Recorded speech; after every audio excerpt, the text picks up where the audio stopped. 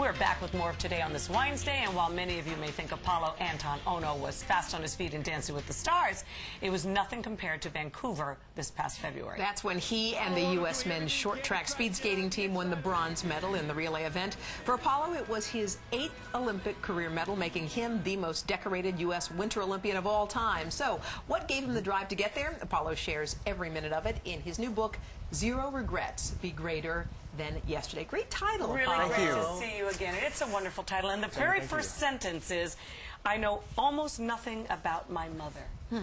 You started right there. It was, so this book, not only was it so much more about my Olympic experiences and the journeys and leading up to those points, but it was about me and my childhood growing up in a single-parent household, and the fact that I didn't have a mom in my life, and the fact that I didn't know a lot about my mother. My dad did raise me single-handedly. He was my mother and my father.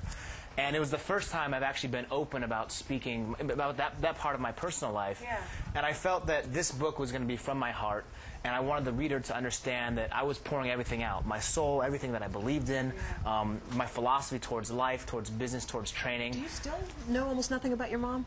Or did you do some serious I've done research some. then? I've done some. And the older I get, the more that the growing curiosity does get stronger at the same time. But you know, the book for me was truly about trying to inspire others and just show the relationships that the reader reads the book and says, I can relate to this kid, or I can relate to this kid because I'm having the same situation with my mother, with my daughter, you know, my family. Diversity of it all. I like how your dad, it was kind of a tough love thing with your dad, because you weren't quite sure what you wanted to do. You were kind of tough love. You were siding with the bad kids in school, and your dad just said, like, enough. You're going to have to kind of go out on your own and figure out what you want to do. Tell us about that. He sent you out on your own. Literally, my dad literally sent me to a cabin and that we'd been going to for years, and said, look, you need to come to a decision in your life about what you want to do. He didn't care what I wanted to do, and you know, my sport, like life, has no guarantees, and it didn't matter whether I chose sport, whether I chose academics, business.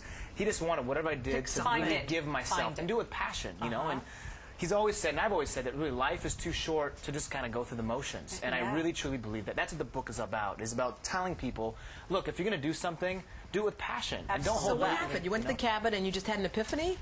At age 15, okay, I literally came to terms and had like a life-changing experience and said, okay, this is something that I truly want to pursue.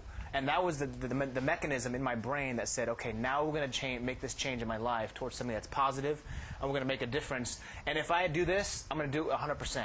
Win, lose, or draw. But you described how you ran and ran and ran and ran and just sort of collapsed on this rock. Yeah. And you said a prayer. Tell us about that was my aha moment in a sense. And, you know, I had a point in my life where I could have went left, I could have went right, and if I had chose the wrong path, or the path that maybe wasn't for me, I probably would have been a fallen statistic, unfortunately. And luckily, I had a great dad who was there supporting me, even if he was behind the scenes.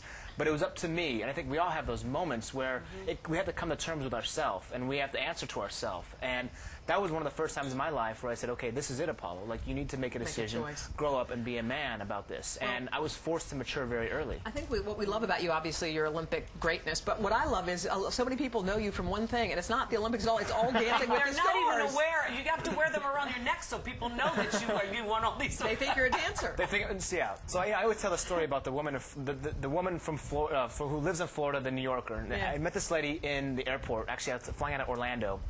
Like, oh my God, Apolo, you're that guy from the dancing show, right? I'm like, kind of. You know, I did something called the Olympics. No, not the Olympics, the dancing show. You look beautiful. I'm from Florida. Thank you. I see. That's great. So do you got it in you to teach us a little rumba or a little cha-cha or a little something? I'm going to be going on that show soon. We got 30 seconds. 30 seconds, baby. Do cap. No, do cap. What do you want? What do you want? Salsa? You want to do ballroom? Do the cha-cha. Do the cha-cha. Whatever you elegant. Let's do some music. Music. Ready? Okay. I'm going to lead you, okay? Okay. Oh. Sorry, right in the... Oh! Ta-da!